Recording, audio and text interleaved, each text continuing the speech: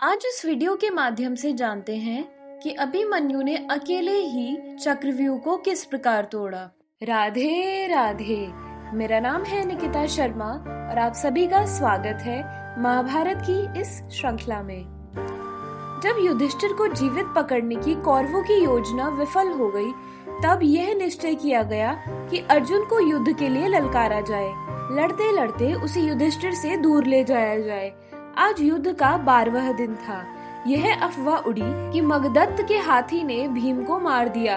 इस अफवाह को सुनकर युधिष्ठिर ने इस पर विश्वास करके उन्होंने अपने वीरों को मगधत्त पर हमला करने का आदेश दिया। वृद्ध मगधत्त को पांडव वीरों ने घेर लिया।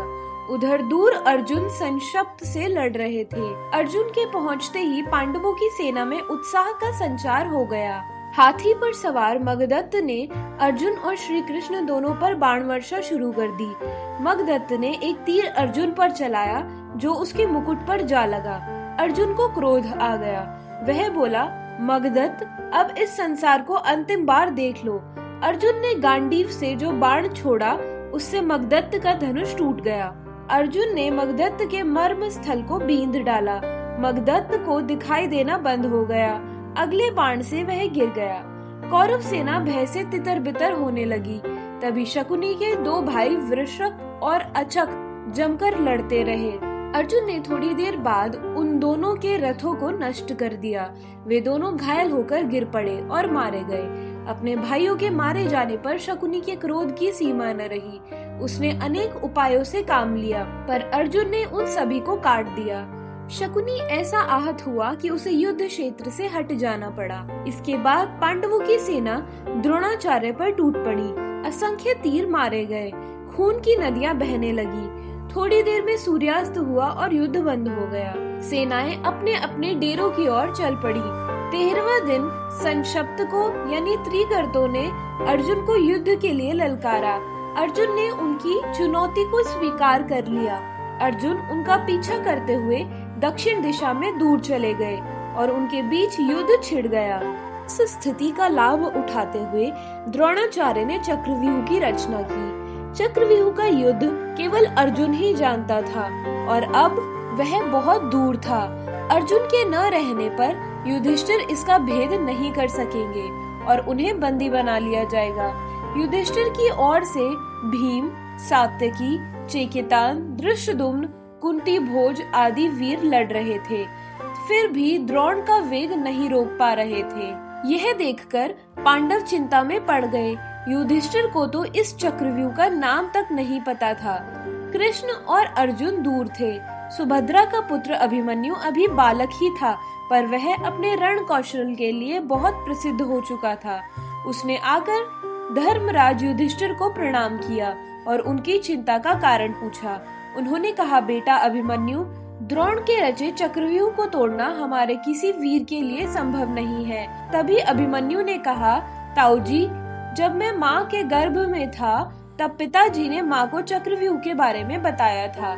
6 द्वारों तक जाने का वर्णन तो मैंने सुना, पर जब उन्होंने 7वें द्वार का वर्णन किया तब माँ को नींद आ गई, अतः वह मैं नहीं सुन सका। आप इस युद्ध का आमंत्रण स्वीकार कर लें। मैं चक्रव्यूह युद्ध के लिए जाऊंगा। अभिमन्यु की बात सुनकर युधिष्ठिर ने कहा, बेटा, चक्रव्यूह तोड़कर एक बार तुम उसमें प्रवेश कर लेना, फिर तो जिधर तुम जाओगे उधर हम तुम्हारे पीछे पीछे चले आएंगे और तुम्हारी मदद को तैयार रहेंगे। युधिष्ठिर की बातों का समर्थन भीमसेन ने भी किया और कहा, तुम्हारे ठीक पीछे मैं चलूंगा। धृष्टद्युम्न, सात्यकी आदि वीर भी अपनी अपनी सेनाओं के साथ तुम्हारा अनुसरण करेंगे। यदि एक बार तुमने चक्रव्यूह तोड़ दिया तो निश्चित समझना कि हम कौरव सेना को तहस नहस कर डालेंगे। अभिमन्यु का रथ बाहर तैयार था। अभिमन्यु ने अपने सारथी से कहा, सुमित्र, द्रोणाचार्य के रथ की ध्वजा को देखो और रथ को उसी दिशा में चलाओ। अभिमन्यु की आज्ञा मानकर सारथी ने रथ उधर ही बढ़ा लिया। कौरव सेना में हलचल मच गई। अरे, अभिमन्यु आया और उसके पीछे पांडव वीर भी चले आ रहे हैं। द्रोणाचार्य का बनाया व्यूह टूट गया। अभिमन्यु ने भीम से कहा, व्यूह का यह पहला द्वार है। जयद्रथ द्वार रक्षक है। मैं इसका भेदन करता हूँ। आप साथ आएं। इसके बाद अभिमन्यु ने जयद्रथ पर बाणों से प्रहार किया और वह व्यूह भेद कर भीतर पहुंच गया। दूसरे द्वार पर द्रोणाचार्य खड़े थे। अभिमन्यु ने उनका धनुष काट दिया और आगे बढ़ गया। तीसरे द्वार पर कर्ण खड़े थे। अभिमन्यु यह बात भली भांति जानता था कि कर्ण उसके पिता के सबसे बड़े प्रतिद्वंदी हैं, अतः वह उग्र हो उठा। चौथे द्वार पर अश्वत्थामा तत्पर खड़े थे। उसने वेग से बाण वर्षा करके अभिमन्यु की गति रोकी। अभिमन्यु का रथ चौथा द्वार भेद कर पांचवें द्वार की ओर बढ़ गया। दुर्योधन और दुःशासन यह देखकर विचलित हो गए। वे कर्ण के पास जाकर कहने लगे कि इस प्रकार तो अभिमन्यु सातों द्वार भेद कर वापस लौट जाएगा, तब हम कहीं के नहीं रहेंगे। तब कर्ण ने कहा कि हम अकेले इस वीर बालक का सामना नहीं कर सकते, इसलिए हम सातों महारथी इसे घेर कर मार डालें। दुर्योधन कर्ण की सलाह से प्रसन्न हो उठा। सभी रथी और दुर्योधन का पुत्र लक्ष्मण चक्रव्यूह के सातवें द्वार पर इकट्ठे हो गए। अब तक अभिमन्यु छठा द्वार पार कर चुका था। सातवें द्वार पर सभी कौरव महारथियों ने अभिमन्यु को घेर लिया। सारथी ने इसे अन्याय बताकर रथ लौटा ले चलने का आग्रह किया। अभिमन्यु इस बात के लिए तैयार नहीं हुआ। अभिमन्यु पर चारों ओर से बाण वर्षा होने लगी, पर अभिमन्यु का रण कौशल भी देखने बनता था। तब द्रोणाचार्य ने कहा, अभिमन्यु का कवच अभेद है, अतः इसके सिर पर प्रहार करना होगा और इसके अस्त्र शस्त्र छीन लेने होंगे। इस घनघोर युद्ध के बीच अभिमन्यु का सारथी गिर पड़ा। घोड़े घायल होकर गिर पड़े। अभिमन्यु का धनुष कट गया। वह रथ विहीन हो गया। अभिमन्यु ने तुरंत टूटे हुए रथ का पहिया हाथ में उठा लिया और उसे घुमाने लगा। यह देखकर सारी सेना एक साथ उस पर टूट पड़ी। इसी समय दुशासन का पुत्र गदा लेकर अभिमन्यु पर झपटा। अभिमन्यु ने पहिया फेंककर गदा उठा ली। दोनों में भयंकर युद्ध छिड़ गया।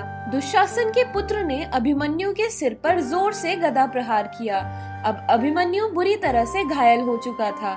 उसके प्राण पखेरु उड़ गए। इसी समय युद्ध समाप्ति की शंख ध्वनि हुई। कौरवों को एक और अभिमन्यु के वध का हर्ष था, तो दूसरी ओर लक्ष्मण की मृत्यु का शोक भी था। अभिमन्यु की मृत्यु का समाचार पाकर पांडव शोक में डूब गए। संशप्त को यानी त्रिगर्तों का संहार करके अर्जुन लौट आए। वहीं अर्जुन को अभिमन्यु की वीर गति पाने का पता चला। उसने अति स्वर में घोषणा की, जिसके कारण मेरे प्रिय पुत्र की मृत्यु हुई है, उस जयद्रथ का वध मैं कल सूर्यास्त होने से पहले करके रहूंगा। यह मेरी दृढ़ प्रतिज्ञा है। यह कहकर अर्जुन ने गांडीव पर जोर से टंकार की। उसने यह भी प्रतिज्ञा की कि कल यदि सूर्यास्त तक जयद्रथ का वध न कर सका तो आग में जल मरूंगा। अर्जुन की प्रतिज्ञा का समाचार चारों ओर फैल गया। इसे सुनकर दुर्योधन अत्यंत विक्षुब्ध हो उठा। जयद्रथ भयभीत हो गया। उसका शरीर भय से कांपने लगा। अगर आपको हमारी महाभारत की ये श्रृंखला पसंद आ रही है तो हमारे साथ जुड़े रहिए और इस वीडियो को अपनी फ्रेंड्स और फैमिली के साथ जरूर शेयर कीजिए। और अगर आपने हमारे इस चैनल को सब्सक्राइब नहीं किया तो इसे जरूर सब्सक्राइब करें। मिलते हैं अगली वीडियो के साथ।